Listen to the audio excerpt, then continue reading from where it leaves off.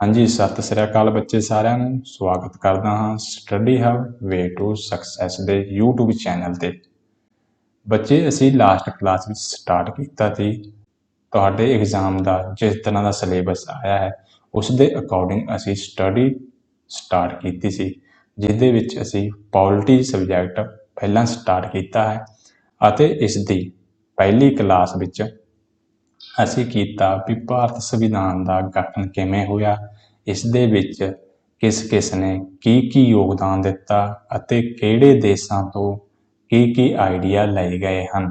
ਇਸ ਤਰ੍ਹਾਂ ਦੇ ਹੋਰ ਵੀ ਬਹੁਤ ਸਾਰੇ ਇੰਪੋਰਟੈਂਟ ਪੁਆਇੰਟ ਲਾਸਟ ਕਲਾਸ ਵਿੱਚ ਅਸੀਂ ਬਹੁਤ ਚੰਗੇ ਤਰੀਕੇ ਨਾਲ ਕਰਕੇ ਆਏ ਹਾਂ। ਸੋ ਇਹ ਸਾਡੀ ਅੱਜ ਸੈਕਿੰਡ ਕਲਾਸ ਹੈ ਤੇ ਇਹਦੇ ਵਿੱਚ ਅਸੀਂ ਕਰਾਂਗੇ ਸ਼ਡਿਊਲ ਇਨ ਇੰਡੀਅਨ ਕੌਂਸਟੀਟਿਊਸ਼ਨ। ਸਾਨੂੰ ਸਾਰਿਆਂ ਨੂੰ ਪਤਾ ਹੈ ਵੀ ਜਦੋਂ ਸਾਡਾ ਸੰਵਿਧਾਨ ਲਾਗੂ ਹੋਇਆ ਤਾਂ ਇਸ ਦੇ ਵਿੱਚ 8 ਅਨੁਸੂਚੀਆਂ ਸੀ। ਹੁਣ ਵਰਤਮਾਨ ਵਿੱਚ ਕਿੰਨੀਆਂ ਹਨ? 12। ਅੱਜ ਅਸੀਂ ਇਹਨਾਂ ਨੂੰ ਯਾਦ ਕਰਾਂਗੇ, ਦੇਖਾਂ ਵੀ ਇਹਨਾਂ ਅਨੁਸੂਚੀਆਂ ਵਿੱਚ ਕੀ ਦਿੱਤਾ ਹੋਇਆ ਹੈ। ਕਲਾਸ ਨੂੰ ਸਟਾਰਟ ਕਰਨ ਤੋਂ ਪਹਿਲਾਂ ਲਾਈਕ ਐਂਡ ਸ਼ੇਅਰ ਕਰ ਦਿਓ ਅਤੇ ਜੋ ਬੱਚੇ ਨਵੇਂ ਹਨ ਉਹ ਚੈਨਲ ਨੂੰ ਸਬਸਕ੍ਰਾਈਬ ਕਰਕੇ ਬੈਲ ਆਈਕਨ ਪ੍ਰੈਸ ਕਰ ਦਿਓ ਤਾਂ ਕਿ ਜਦੋਂ ਵੀ ਕਲਾਸ ਆਵੇ ਤੁਹਾਨੂੰ ਸਭ ਤੋਂ ਪਹਿਲਾਂ ਨੋਟੀਫਿਕੇਸ਼ਨ ਆ ਜਾਵੇ। ਹੁਣ ਅੱਜ ਦੀ ਕਲਾਸ ਸਟਾਰਟ ਕਰਦੇ ਹਾਂ। ਟੌਪਿਕ ਕੀ ਹੈ? ਭਾਰਤੀ ਸੰਵਿਧਾਨ ਦੀਆਂ ਅਨੁਸੂਚੀਆਂ 26 ਨਵੰਬਰ 1949 ਨੂੰ ਅਪਣਾ ਲਿਆ ਜਾਂਦਾ ਹੈ ਅਤੇ 26 ਜਨਵਰੀ 1950 ਤੋਂ ਲਾਗੂ ਹੁੰਦਾ ਹੈ। ਤਾਂ ਇਸ ਦੇ ਵਿੱਚ 8 ਅਨੁਸੂਚੀਆਂ ਸ਼ਾਮਲ ਸਨ। ਹੁਣ ਵਰਤਮਾਨ ਵਿੱਚ ਕਿੰਨੀਆਂ ਹਨ? 12। ਸੰਵਿਧਾਨ ਸੰਸ਼ੋਧਨਾਂ ਤੋਂ ਬਾਅਦ ਕਿੰਨੀਆਂ ਹੋ ਗਈਆਂ? 12। ਹੁਣ ਦੇਖਦੇ ਹਾਂ ਵੀ ਇਹਨਾਂ ਅਨੁਸੂਚੀਆਂ ਵਿੱਚ ਕੀ ਹੈ ਅਤੇ ਇਹਨਾਂ ਨੂੰ ਯਾਦ ਕਰਨ ਦੀ ਮੈਂ ਤੁਹਾਨੂੰ ਟ੍ਰਿਕ ਦੱਸਦਾ ਕਿਵੇਂ ਤੁਸੀਂ ਸਿਰਫ ਕਲਾਸ ਦੇ ਵਿੱਚ ਹੀ ਯਾਦ ਕਰ ਸਕਦੇ ਹੋ। ਮੈਂ ਤੁਹਾਨੂੰ ਗਰੰਟੀ ਨਾ ਕਹਿਣਾ ਵੀ ਤੁਹਾਨੂੰ ਮੈਂ ਕਲਾਸ ਲਾਸਟ ਐਂਡ ਹੁੰਦੇ ਯਾਦ ਕਰਾ ਕੇ ਭੇਜਾਂਗਾ। ਹੁਣ ਫਸਟ ਸ਼ਡਿਊਲ ਦੇ ਵਿੱਚ ਹੈ ਰਾਜ ਅਤੇ ਕੇਂਦਰ ਸ਼ਾਸਿਤ ਪ੍ਰਦੇਸ਼ਾਂ ਦੇ ਨਾਮ ਅਤੇ ਉਹਨਾਂ ਵਿੱਚ ਜੋ ਖੇਤਰ ਆਉਂਦਾ ਹੈ ਉਹਨਾਂ ਦਾ ਅਧਿਕਾਰਿਕ ਖੇਤਰ। ਹੁਣ ਅੱਜ ਦੀ ਕਲਾਸ ਲਈ ਤੁਸੀਂ ਆਪਣੇ ਆਪ ਨੂੰ ਪ੍ਰਧਾਨ ਮੰਤਰੀ ਟ੍ਰੀਟ ਕਰੋ ਵੀ ਤੁਸੀਂ ਦੇਸ਼ ਦੇ ਕੀ ਹੋ? ਪ੍ਰਧਾਨ ਮੰਤਰੀ। ਇਹ ਸਿਰਫ ਅਸੀਂ ਇਹ ਸ਼ਡਿਊਲ ਯਾਦ ਕਰਨ ਲਈ ਕਰ ਰਹੇ ਹਾਂ, ਕੋਈ ਸੀਰੀਅਸ ਨਾ ਹੋ ਜਿਓ, ਠੀਕ ਆ। ਦੇਖੋ, ਜੋ ਪ੍ਰਧਾਨ ਮੰਤਰੀ ਹੁੰਦਾ ਹੈ ਉਹ ਇੱਕ ਤਰ੍ਹਾਂ ਦਾ ਦੇਸ਼ ਦਾ ਰਾਜਾ ਹੀ ਹੁੰਦਾ। ਮੰਨਦੇ ਹੋ ਦੇਸ਼ ਦਾ ਰਾਜਾ? ਤਾਂ ਹੁਣ ਦੇਸ਼ ਦੇ ਰਾਜੇ ਨੂੰ ਸਭ ਤੋਂ ਪਹਿਲਾਂ ਕੀ ਹੋਣਾ ਚਾਹੀਦਾ? ਉਸਨੂੰ ਆਪਣੇ ਅੰਡਰ ਆ ਰਹੇ ਰਾਜਾਂ ਦੇ ਨਾਮ ਅਤੇ ਉਹਨਾਂ ਦੇ ਅੰਡਰ ਆਉਂਦੇ ਏਰੀਆ ਬਾਰੇ ਜਾਣਕਾਰੀ ਹੋਣੀ ਚਾਹੀਦੀ ਹੈ। ਤਾਂ ਪਹਿਲੇ ਸ਼ਡਿਊਲ ਵਿੱਚ ਕੀ ਹੈ? ਰਾਜ ਅਤੇ ਉਹਨਾਂ ਦੇ ਖੇਤਰ।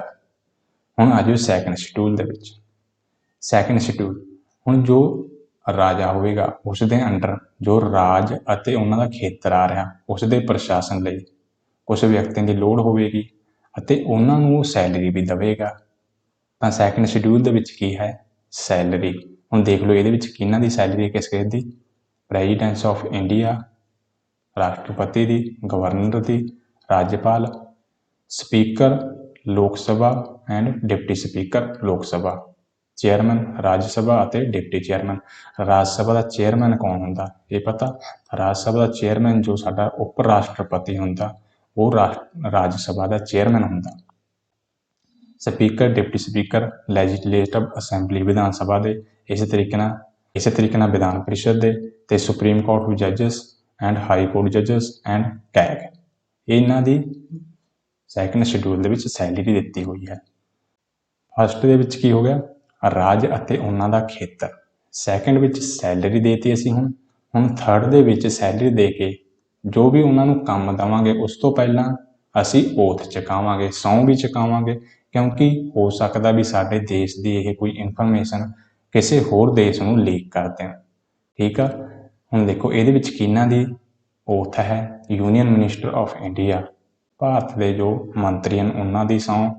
Parliament election candidates, member of parliament MPs, supreme court ਜੱਜਸ, comptroller and auditor general CAG, state ministers, state legislator elections and candidates, state legislative members, high court ਜੱਜਸ। First ਦੇ ਵਿੱਚ ਕੀ ਹੋ ਗਿਆ? ਰਾਜ ਅਤੇ ਉਹਨਾਂ ਦਾ ਖੇਤਰ, ਸੈਕਿੰਡ ਵਿੱਚ ਸੈਲਰੀ, ਥਰਡ ਵਿੱਚ ਕੀ ਹੋ ਗਿਆ? ਓਥ। ਹੁਣ ਓਥ ਚੁਕਾ ਲਈ, ਹੁਣ ਸੈਲਰੀ ਵੀ ਦੇਤੀ ਤੇ ਉਸ ਤੋਂ ਬਾਅਦ ਹੋ ਗਿਆ ਓਥ। ਹੁਣ ਫੋਰਥ ਦੇ ਵਿੱਚ ਕੀ ਹੈ? ਫੋਰਥ ਵਿੱਚ ਹੈ ਉਹਨਾਂ ਨੂੰ ਕੰਮ ਕਰਨ ਲਈ ਸੀਟ ਵੀ ਤਾਂ ਚਾਹੀਦੀ ਹੈ। ਤਾਂ फोर्थ विच है राज सभा दीयां सीटां। फोर्थ विच की है राज सभा ਅਤੇ ਕੇਂਦਰ ਸ਼ਾਸਿਤ ਪ੍ਰਦੇਸ਼ਾਂ ਦੀਆਂ ਸੀਟਾਂ। फस्ट विच होगा खेतर, second salary, third oath, fourth विच सीटां। हुण फोर्थ हो गया, हुण फिफ्थ ते आ जाओ। हुण देखो फोर्थ विच सीटां देतियां, उस तो बाद जो देश का राजा हुंदा वो सब तो पहलां किन्हां दी तरक्की लई काम करदा, किन्हां दे ग्रोथ लई काम करदा, जो सब तो नीचे हैं। सब तो नीचे कौन ने? अनुसूचित खेतर, अनुसूचित कबीलों में रहने वाले लोगों लई कुछ उपबंध शामिल हैं। ये कित्थे हैं? ये है अनुसूची 5 विच। अनुसूची 5 हो गई। हुण इस तो बाद 6वीं अनुसूची, इस दे विच असम, मेघालय, त्रिपुरा ਅਤੇ मिजोरम, इन्हां विच कबीलिਆਂ ਦੇ प्रशासन ਦੇ उपबंध शामिल हैं। 5ਵੀਂ विच की है? 5ਵੀਂ विच दिता कबीलिਆਂ ਦਾ प्रशासन ਅਤੇ उपबंध। 6ਵੀਂ विच स्पैशल स्टेटां ਦੇ नाम लिखे हुए हैं, सेम है बिल्कुल 5ਵੀਂ तरह, Assam, Meghalaya, Tripura, Mizoram, AM TM। First विच की हो गया? स्टेट ਅਤੇ राज, second salary, third oath, fourth Rajya Sabha दी सीटां, 5ਵੀਂ विच कबीलिਆਂ ਦਾ प्रशासन, 6वां की है असम, मेघालय, त्रिपुरा, मिजोरम विच कबीलिਆਂ ਦਾ प्रशासन। ये हो गए 6। हुण उस तो बाद आ जाओ 7ਵੀं विच। हुण अपने अंडर जो PM होवेगा उस वो तो अपने एक होएगा यूनीयन। यूनीयन की है? जिसका वो राजा, ते स्टेट उस दे अंडर आ रही स्टेटां। हुण एक तो यूनीयन नूं भी इस दे विच की है? इस दे विच हन कुछ शक्तियां, कुछ विषय हैं। कुछ विषय तो इन्हों ने यूनीयन दिते हुए हैं तो कुछ विषय दिते हुए ने स्टेट में कानून बनाने लई, जिन्हां ते वो अपने अपने कानून बना सकते हैं। तो एक है कॉन्कूरेंट लिस्ट, जो जिसनों कहने हैं समवर्ती सूची। इस दे विच जो विषय हैं उस ते यूनीयन एंड स्टेट दोनों कानून बना सकते हैं। हुण पता लग गया 7वीं अनुसूची विच की है? 7वीं अनुसूची विच है कुछ शक्तियां दित्तियां होईयां हैं, कुछ विषय दिते हुए हैं, जिन्हां ते यूनीयन स्टेट ਅਤੇ यूनीयन स्टेट कॉन्कूरेंट लिस्ट दी हुई है, जिस ते दोनों कानून बना सकते हैं। इस दे विच 3 तरह के विषय हैं। हुण इन्हां नूं कुछ विषय देते। फस्ट विच हो गया राज ਅਤੇ उन्हां दे खेतर, सैकेंड विच सैलरी, थर्ड दे विच ओथ, फोर्थ राज सभा दी सीटां, 5वीं विच कबीलिਆਂ ਦਾ प्रशासन, 6वीं विच असम, मेघालय, त्रिपुरा, मिजोरम विच कबीलिਆਂ ਦਾ प्रशासन, 7वीं विच है 3 प्रकार ਦੀਆਂ शक्तियां। हुण इन्हां नूं शक्तियां देतियां भी तुसीं इन्हां दे कानून बनाओ। हुण 8वीं अनुसूची विच की दिता? ਜਦੋਂ ਹੁਣ शक्तियां देतियां तो ਹੁਣ इन्हां दे कानून बनाउण लई उन्हां नूं भाषा भी तो आउणी चाहिदी है। तो 8वीं अनुसूची विच की है? 8वीं अनुसूची विच है 22 ऑफिशियल लैंगुएज। 8वीं अनुसूची विच 22 ऑफिशियल लैंगुएज हैं, बट जो संविधान लागू होया तो इस दे विच टोटल 14 लैंगुएज हैं। हुण देखो बाद दे विच किहड़ियां जुड़ियां हैं। 15वीं भाषा सिंधी, 15वीं जुड़ी गई किहड़ी? सिंधी। ये जुड़ेगा 21वां संविधान संशोधन 1900, ये जुड़ेगा 21वां कॉन्स्टिट्यूशन अमेंडमेंट एक्ट 1967 द्वारा। कदों जुड़ेगा? 1967 द्वारा। उस तो बाद किहड़ी जुड़ी गई थी? ये सिंधी। सिंधी देखो सिंधी, ये जुड़ी गई 21वां संविधान संशोधन 1976 द्वारा। उस तो बाद 3 भाषाओं होर जुड़ियां, किहड़ियां? नमक। किहड़े किहड़े ने ये? नमक। नमक नन्ने ते नेपाली, देखो नेपाली, मणिपुरी एंड कोंकणी। किहड़ी किहड़ी जुड़ी गई ने? नेपाली, मणिपुरी एंड कोंकणी। ये किहड़ियां हो गई? नमक। ये कदों जुड़ियां गई ने? ये जुड़ियां गई नेपाली हो गई, मणिपुरी एंड कोंकणी। ये कदों जुड़ी गई ने? ये जुड़ी गई ने 71वां संविधान संशोधन। 71वां संविधान संशोधन कदों? 1992 द्वारा। उस तो बाद जुड़ियां गई ने कितनियां हो गई? 18 हो गई। इस तो बाद 4 होर जुड़े गए, MSDB महेंद्र सिंह धोनी बैग। किहड़े किहड़े ने? मैथिली। किहड़ी किहड़ी ने ये? मैथिली। देखो पता होगी मैथिली, मैथिली, संथाली, डी ते डोंगरी एंड बी ते बोडो। बोडो देख लो, ये है ने 4-5। ये कदों जुड़े गए ने? ये जुड़े गए ने 92वां संविधान संशोधन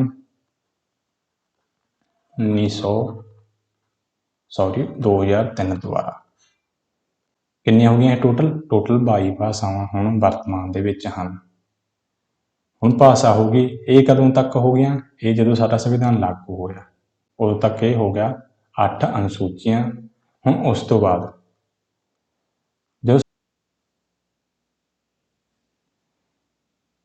ਜਦੋਂ ਸਾਡਾ ਦੇਸ਼ ਹੁਣ ਸਾਡੇ ਦੇਸ਼ ਦਾ ਸੰਵਿਧਾਨ ਲਾਗੂ ਹੋ ਗਿਆ ਐਂਡ ਦੇਸ਼ ਆਜ਼ਾਦ ਹੋ ਗਿਆ, ਤਾਂ ਹੁਣ ਇਸ ਦੇ ਦੇਸ਼ ਵਿੱਚ ਕੀ ਚੱਲ ਰਹੀ? ਜ਼ਮੀਂਦਾਰੀ ਪ੍ਰਥਾ।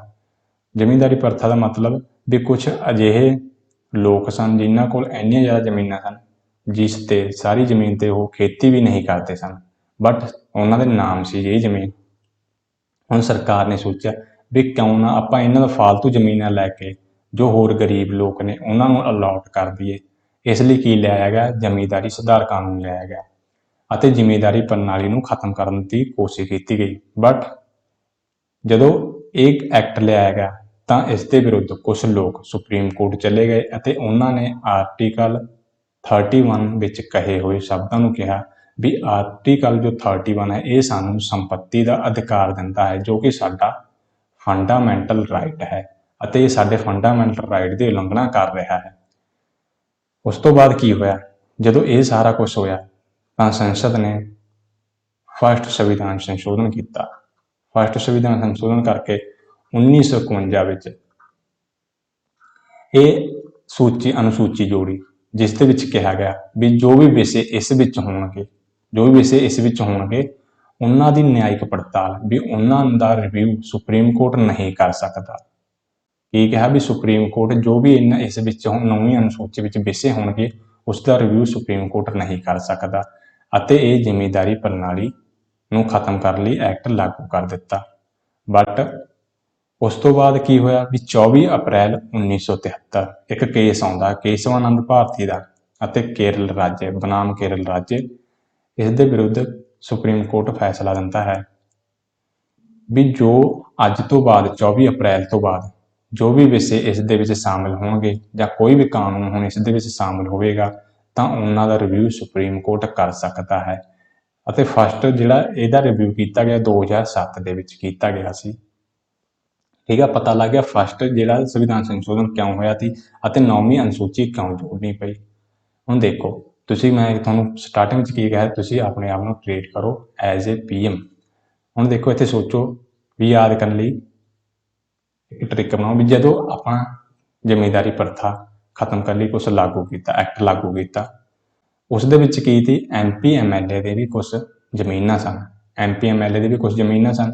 ਜਦੋਂ ਇਹਨਾਂ ਤੋਂ ਜ਼ਮੀਨਾਂ ਲੈ ਲਈਆਂ ਗਈਆਂ ਤਾਂ ਇਹਨਾਂ ਵਿੱਚ ਆ ਗਿਆ ਗੁੱਸਾ ਅਤੇ ਇਹ ਪਾਰਟੀ ਨੂੰ ਛੱਡ ਕੇ ਦੂਸਰੀ ਪਾਰਟੀ ਵਿੱਚ ਜਾਣ ਲੱਗ ਗਏ ਜਿਸ ਦੇ ਵਿਰੁੱਧ ਕੋਈ ਕਾਨੂੰਨ ਨਹੀਂ ਸੀ। ਤਾਂ ਹੁਣ ਕੀ ਲਿਆਇਆ ਗਿਆ? ਐਂਟੀ ਡਿਫੈਕਸ਼ਨ ਲਾਅ ਜੋ ਕਿ ਆਇਆ ਸੀ 52ਵੇਂ ਸੰਵਿਧਾਨ ਸੰਸ਼ੋਧਨ 1985 ਦੁਆਰਾ। ਇਸ ਦੇ ਵਿੱਚ ਕਿਹਾ ਗਿਆ ਦਲ ਬਾਦਲ ਦਾ ਕਾਨੂੰਨ ਸੀ। ਇਸ ਦੇ ਵਿੱਚ ਕਿਹਾ ਗਿਆ ਵੀ ਅਗਰ ਕੋਈ ਮੈਂਬਰ ਜੋ ਕਿ MP ਆ ਜਾਂ MLA ਅਗਰ ਜਿੱਤਣ ਤੋਂ ਬਾਅਦ ਕੋਈ ਸੀਟ ਤੇ ਜਿੱਤਣ ਤੋਂ ਬਾਅਦ ਕਿਸੇ ਹੋਰ ਪਾਰਟੀ ਨੂੰ ਜੁਆਇਨ ਕਰਦਾ ਹੈ ਤਾਂ ਉਸ ਦੀ ਉਹ ਸੀਟ ਦੀ ਜਿੱਤ ਨੂੰ ਰੱਦ ਕਰ ਦਿੱਤਾ ਜਾਵੇਗਾ ਅਤੇ ਉਹ ਸੀਟ ਖਾਲੀ ਹੋ ਜਾਵੇਗੀ। ਐਂਟੀ ਡਿਫੈਕਸ਼ਨ ਲਾਅ ਪਤਾ ਲੱਗ ਗਿਆ ਹੁਣ ਕੀ ਆ। ਹੁਣ ਉਸ ਤੋਂ ਬਾਅਦ 11ਵੀਂ ਅਨੁਸੂਚੀ ਜੋੜੀ ਗਈ ਆ। ਇਹ ਜੋੜੀ ਗਈ ਆ 1992 ਦੇ 73ਵੇਂ ਸੰਵਿਧਾਨ ਸੰਸ਼ੋਧਨ ਦੁਆਰਾ। ਇਸ ਦੀ ਲੋੜ ਕਿਉਂ ਪਈ? ਕਿਉਂਕਿ ਗਾਂਧੀ ਜੀ ਨੇ ਕਿਹਾ ਸੀ ਵੀ ਭਾਰਤ ਵਿੱਚ ਪੰਚਾਇਤਾਂ ਦਾ ਗਠਨ ਹੋਣਾ ਚਾਹੀਦਾ ਹੈ ਜੋ ਕਿ ਆਰਟੀਕਲ 40 ਦੁਆਰਾ ਕੀਤਾ ਗਿਆ। ਹੁਣ ਪੰਚਾਇਤਾਂ ਦਾ ਗਠਨ ਤਾਂ ਹੋ ਗਿਆ ਬਟ ਉਹਨਾਂ ਨੂੰ ਕੀ ਸੀ, ਉਹਨਾਂ ਨੂੰ ਵੀ ਕੁਛ ਸ਼ਕਤੀਆਂ ਦੇਣੀਆਂ ਚਾਹੀਦੀਆਂ ਜਿਨ੍ਹਾਂ ਤੇ ਉਹ ਆਪਣੇ ਕਾਨੂੰਨ ਬਣਾ ਸਕਣ। ਇਸ ਦੇ ਵਿੱਚ 29 ਮਾਮਲੇ ਹਨ ਜਿਨ੍ਹਾਂ ਤੇ ਸਾਡੀਆਂ ਪੰਚਾਇਤਾਂ ਕਾਨੂੰਨ ਬਣਾ ਸਕਦੀਆਂ ਨੇ। ਹੁਣ 11ਵੀਂ ਅਨੁਸੂਚੀ ਹੋ ਗਈ, ਇਸ ਦੇ ਵਿੱਚ ਪੰਚਾਇਤਾਂ ਨੂੰ ਕੀ ਦਿੱਤਾ? 29 ਵਿਸ਼ੇ ਦਿੱਤੇ ਹਨ ਜਿਸ ਤੇ ਉਹ ਕਾਨੂੰਨ ਬਣਾ ਸਕਦੇ ਨੇ। ਹੁਣ ਪੰਚਾਇਤਾਂ ਨੂੰ ਤਾਂ ਜੋੜ ਲਿਆ, ਹੁਣ ਸ਼ਹਿਰਾਂ ਨੂੰ ਜੋੜਨਾ ਸੀ। ਸ਼ਹਿਰਾਂ ਵਿੱਚ ਕੀ ਲਿਆ ਗਿਆ? ਨਗਰ ਪਾਲਿਕਾਵਾਂ ਦਾ ਇਹਨਾਂ ਨੂੰ ਸ਼ਕਤੀਆਂ ਦਿੱਤੀਆਂ ਗਈਆਂ। ਇਸ ਦੇ ਵਿੱਚ ਕਿੰਨੇ ਮਾਮਲੇ ਹਨ? 18। 1992 ਵਿੱਚ 74ਵੇਂ ਸੰਵਿਧਾਨ ਸੰਸ਼ੋਧਨ ਦੁਆਰਾ। ਹੁਣ ਦੇਖੋ ਪਹਿਲੀ ਅਨੁਸੂਚੀ ਵਿੱਚ ਕੀ ਸੀ? ਰਾਜ ਅਤੇ ਉਹਨਾਂ ਦਾ ਖੇਤਰ। ਸੈਕਿੰਡ ਵਿੱਚ ਸੈਲਰੀ, ਥਰਡ ਓਥ, ਫੋਰਥ ਵਿੱਚ ਰਾਜ ਸਭਾ ਦੀਆਂ ਸੀਟਾਂ, ਪੰਜਵੀਂ ਵਿੱਚ ਕਬੀਲਿਆਂ ਦਾ ਪ੍ਰਸ਼ਾਸਨ, ਛੇਵੀਂ ਅਸਮ, ਮੇਘਾਲਿਆ, ਤ੍ਰਿਪੁਰਾ, ਮਿਜ਼ੋਰਮ ਦੇ ਕਬੀਲਿਆਂ ਪ੍ਰਸ਼ਾਸਨ, ਸੱਤਵੀਂ ਵਿੱਚ ਕੁਛ ਵਿਸ਼ੇ ਦਿੱਤੇ ਹਨ ਜਿਨ੍ਹਾਂ ਵਿੱਚ ਸ਼ਕਤੀਆਂ ਹਨ ਜਿਨ੍ਹਾਂ 'ਤੇ ਕਾਨੂੰਨ ਬਣਾ ਸਕਦੇ ਹਾਂ। Union, state and concurrent list. 8ਵੇਂ ਵਿੱਚ ਹੈ ਭਾਸ਼ਾ। 9ਵੇਂ ਵਿੱਚ ਹੈ ਜ਼ਮੀਂਦਾਰੀ ਸੁਧਾਰ ਕਾਨੂੰਨ। 10ਵੇਂ ਵਿੱਚ ਹੈ ਐਂਟੀ ਡਿਫੈਕਸ਼ਨ ਲਾਅ। 11ਵਾਂ ਪੰਚਾਇਤਾਂ ਨੂੰ 29 ਵਿਸ਼ੇ। 12ਵਾਂ ਨਗਰ ਪਾਲਿਕਾਵਾਂ ਨੂੰ 18 ਵਿਸ਼ੇ। ਹੁਣ ਮੈਂ ਗਾਰੰਟੀ ਨਾਲ ਕਹਿਣਾ ਵੀ ਤੁਹਾਨੂੰ ਇਹ ਕਲਾਸ ਵਿੱਚ ਹੀ ਇਹ 12 ਦੇ 12 ਅਨੁਸੂਚੀਆਂ ਯਾਦ ਹੋ ਗਈਆਂ ਹੋਣਗੀਆਂ। ਇਸੇ ਤਰੀਕੇ ਦੀ ਹੋਰ ਕਲਾਸਾਂ ਲਈ ਸਾਡੇ ਚੈਨਲ ਨੂੰ ਸਬਸਕ੍ਰਾਈਬ ਕਰ ਲਓ ਅਤੇ ਆਪਣੇ ਦੋਸਤਾਂ ਮਿੱਤਰਾਂ ਨਾਲ ਸ਼ੇਅਰ ਕਰ ਦਿਓ। ਚੈਨਲ ਨੂੰ ਸਬਸਕ੍ਰਾਈਬ ਕਰਕੇ ਬੈਲ ਆਈਕਨ ਪ੍ਰੈਸ ਕਰ ਦਿਓ ਤਾਂ ਕਿ ਜਦੋਂ ਵੀ ਕਲਾਸ ਆਵੇ ਤਾਂ ਤੁਹਾਨੂੰ ਸਭ ਤੋਂ ਪਹਿਲਾਂ ਉਸ ਦਾ ਨੋਟੀਫਿਕੇਸ਼ਨ ਆ ਜਾਵੇ। Thank you.